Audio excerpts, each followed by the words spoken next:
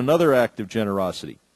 The Section 111 of TARP requires the Secretary, it says the Secretary shall require that the financial institution in which you invest meet appropriate standards for executive compensation.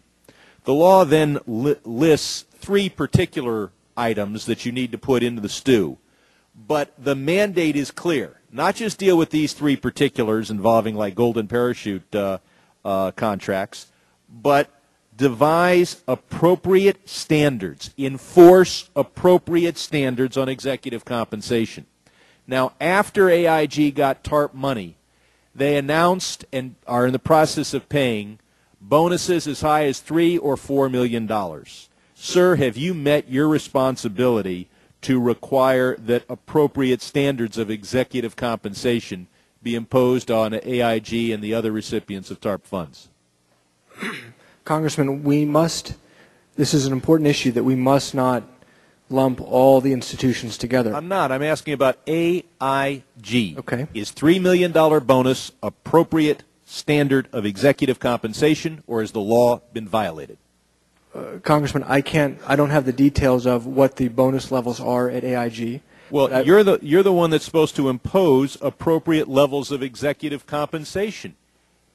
Have you done that, or are they making payments of executive compensation that are not appropriate, or are you just blind to whether they're appropriate or not? Congressman, we have imposed on AIG new corporate governance standards, executive compensation standards, and so you think that standards. Do your standards prevent the payment of a $3 million bonus?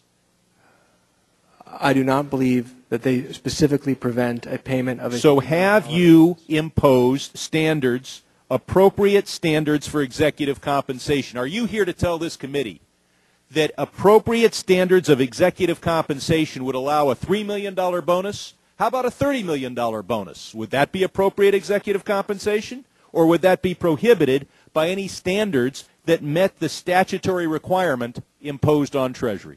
Congressman, in the case of AIG, we replaced with the Federal Reserve the senior management of AIG. Please permit me to finish. This is a very important issue. Sir, I didn't ask you about corporate governance. I didn't ask you about the makeup of the executives. I asked whether a $3 million bonus or a $30 million bonus is consistent with a statutory requirement that we have appropriate standards on executive compensation. Let me ask it specifically. As to $30 million, is that appropriate or inappropriate, or you have no opinion? I'm not in a position to opine on a specific number if it's appropriate or not. Well, when Congress tells Treasury to limit things to appropriate compensation, I would hope that you would devise such standards. And so the standards that you have written so far do allow $30 million bonuses to be paid. There's nothing that Treasury has done that would prevent a $30 million bonus, correct? Ultimately, I believe, I need to check, Treasury and the Federal Reserve, the U.S. taxpayers now own... Sir, you wrote the regulations. Congressman, what's in them?